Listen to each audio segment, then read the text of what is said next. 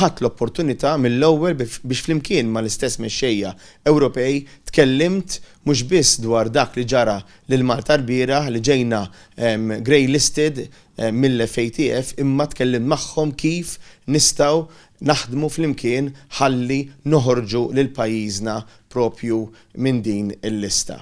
Fid-dawl tad-deċiżjoni li pajjiżna jitpoġġa fil-Grey List tal-FATF, il-kap tal-Partit Nazzjonalista Bernard Grech għażel li attendi s-summit tal-Partit Popolari Ewropew b'mod virtwali biex ikompli bil-ħidma tiegħu ħalli pajjiżna jitneħħa kemm jista' jkun malajr minn fuq din il-lista li qed tagħti daqqa ekonomika u daqqa lir-reputazzjoni ta' pajjiżna.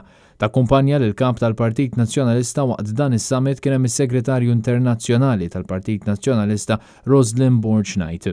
Għażilt illi nibqa' Malta ħalli nkun nista' niltaqa' u nibda niltaqa' mill-ewwel mal-imsieħba soċjali u ma' kull min irid flimkien mal-Partit Nazzjonalista jaħdem biex noħorġu l-pajjiżna mill-lista l-griża.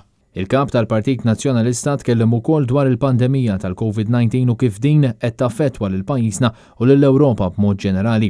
Hawnhekk saret diskussjoni dwar il-futur tal-Ewropa fid-dawl tal-avvanzi li saru fil-ġlieda kontra l-coronavirus biex fost l-oħrajn jerġa' ikollna iktar vjaġġar komdu bejn il-pajjiżi u enfasizza wkoll fuq l-importanza taċ-ċertifikat tal-vaċċin.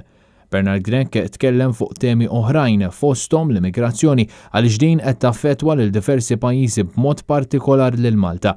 Il-kap tal-Partit Nazzjonalista appella biex il-pajjiżi tal-Unjoni Ewropea jaħdmu flimkien ħalli traffikanti ma jirbħux fuq l-immigranti u fuq il-pajjiżi u ċ-ċittadini Ewropej.